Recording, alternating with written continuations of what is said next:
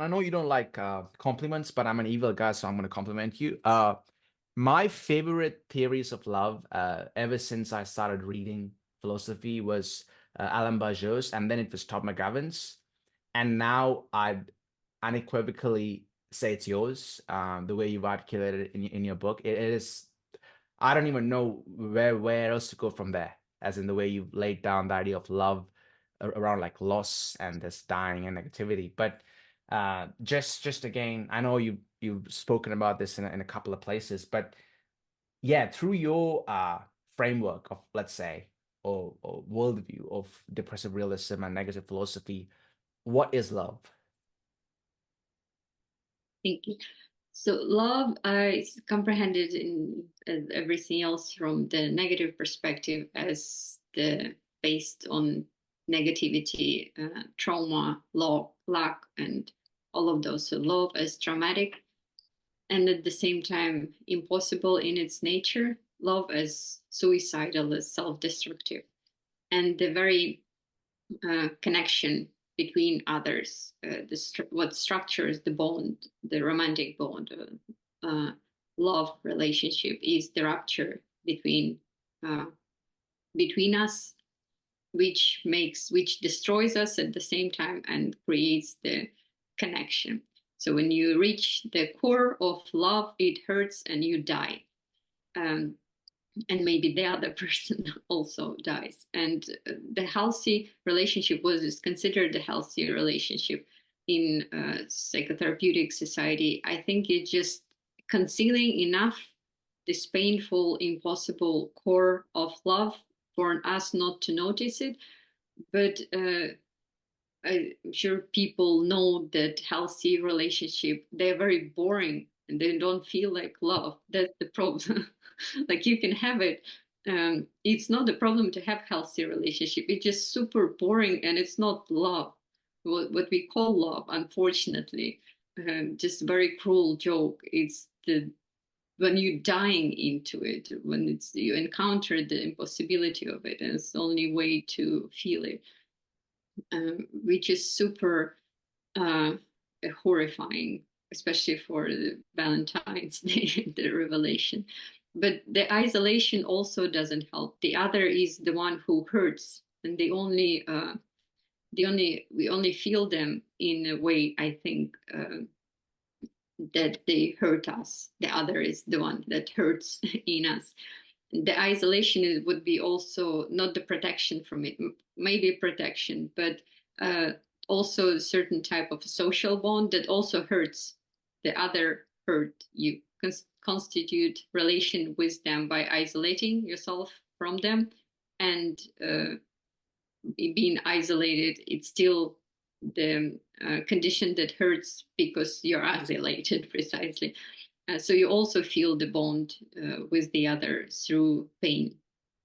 And with the attachment theory, which gives the hope of healthy relationship, of healthy attachment type, I think that which presupposes like we hope that the healthy one doesn't hurt. It's the best one, and I think that it hurts, but when you just reduce it, conceal it enough, uh, the pain, when it starts to be boring, then it just possible to bearable, right? But it just doesn't feel that there is a connection anymore. It's precisely bearable because it's not the attachment that much. It's concealed. Yeah. So Peter Rollins, I didn't mention him too. He too really influenced my thinking on the idea of love around loss. So for him, he articulates this quite well in the previous conversations we had. He said that which I love this. He says communion is building a community around a shared loss. Uh and well, I'll just put it this way. What are your just intimations on that idea that, loving is kind of feeling this loss, ontological loss within us. And yeah, does that sit along with your philosophy too? Or would you radicalize that even further? Yeah. Peter Rowling distinguishes, which is great, between community and communion. Yes. Community would be more a conventional way of people getting together because they share something, like they share enemies or certain goal, a certain identification. They have something in common, and he doesn't like it, and he suggests what he creates is communion, when people share nothing, loss, luck, and this would be authentic relation. I would radicalize it. I think in a way that it's like it presents itself as this is a proper way of how things supposed to be. And I would was trying to think of a therapy as the communion, uh, instead of treatment, instead of fixing someone, instead of hierarchy of bringing to certain healthier conditional improvement, like the communion, sharing nothing. There still has hope to it that this is a happy thing, this the way it's supposed to be. If one thinks about love in these terms, it gives a hope that there is a way how to what we have to do, and that it brings harmony, something that there is a luck and we need to connect through this luck, and then it's going to be authentic, equalized with a harmonious, happy relationship.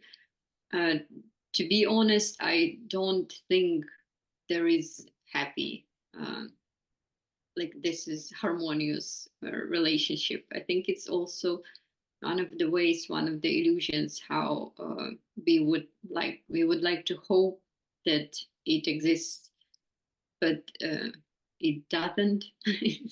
And still talking about how it should be done, it's still trying. We are connecting, I think, ontologically through it. There is no other ways to connect. It's not what we have to do. It's like it's maybe comforting illusion in a way. It's like training a cat who are impossible to train to sit, for example, and telling the cat to sit when the cat is already sitting. You know, starts to sit. You tell sit, and you have illusion that the cat obeys, where it's just your operation upon the cat to comfort you. This similar thing with what we have to do with love, to it's already there, uh, in a horrifying way. There is nothing you can do or you have to do to make it better or to do it properly. It's not a problem, it's just different comprehension, maybe. Either you discuss love and trying to um, figure out the correct form of love that would bring happiness, won't hurt anyone, or like hurt less, or you're just horrified of love. That's what I'm rather am. Like its presence, in inevitable nature, and a horror of it, without trying to anymore escaping into how to fix something or what's the correct form of attachment. Just I'm horrified without escaping from it.